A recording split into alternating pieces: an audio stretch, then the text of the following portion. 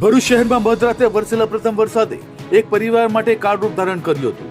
નિર્માણાધીન world trade centre પ્રોજેક્ટની વિશાળ compound wall અચાનક ધરાશયી થતા તેની બાજુમાં આવેલા કાચા રહેણાંક મકાન પર તૂટી પડી હતી. પળવારમાં આખું ઘર કાટમાળ નીચે દટાઈ જતા સમગ્ર વિસ્તારમાં અફરાતફરીનો માહોલ સર્જાયો હતો. દુર્ઘટના એટલી ભયાનક હતી કે ઘરમાં નિંદ્રાધીન પરિવારને બચવાનો મોકો પણ મળ્યો નહીં.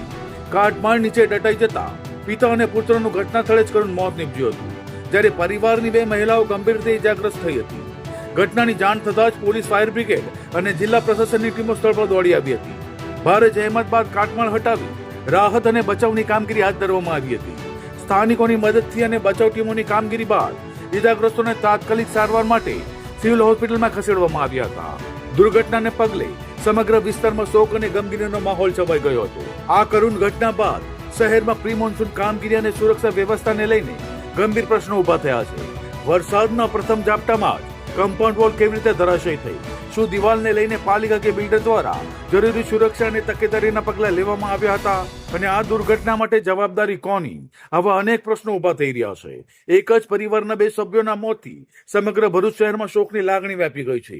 હવે મૃતકોના પરિવારને ન્યાય મળે અને આ દુર્ઘટના માટે જો કોઈ બેદરકારી કે જવાબદાર હોય તો તેની સામે કડક કાર્યવાહી થાય તેવી લોક માંગ ઉઠી રહી છે. વસાવા કિશનભાઈ પ્રમોદ છે. હું હાલી માટે તલાવમાં રહું છું. અમારા ફળિયામાં આ 2:30 એક દુર્ઘટના બની છે. એક ઘરના 4 સભ્યો હતા. એમાંથી અમે એમના મમ્મીને એમના બાને બચાવ્યા છે અને 2 જણના મૃત્યુ થયા છે. શોપિંગ મોલ બને છે, એમની દિવાલ પડવાના કારણથી એમનું મોત થયું છે. શું નામ છે શોપિંગનું? શોપિંગનું નામ વર્લ્ડ ટ્રેડ સેન્ટર 5 બત્તી. અને તાત્કાલિક ફાયર બ્રિગેડની મદદથી અમે એમને લઈ બહાર કાઢીને એમને તાત્કાલિક સિવિલ હોસ્પિટલ લઈ ગયા. અને ત્યાં જઈને અમે ડૉક્ટરે અમને કીધું કે ભાઈ બેવ બાપ દીકરા એક્સપાયર થઈ ગયા છે. આશીષભાઈની જે ઉંમર છે એમની 20 વર્ષની છે અને જે એમના પપ્પા છે એમની 35 વર્ષની ઉંમર છે અને એમના મમ્મી એકલા થઈ ગયા.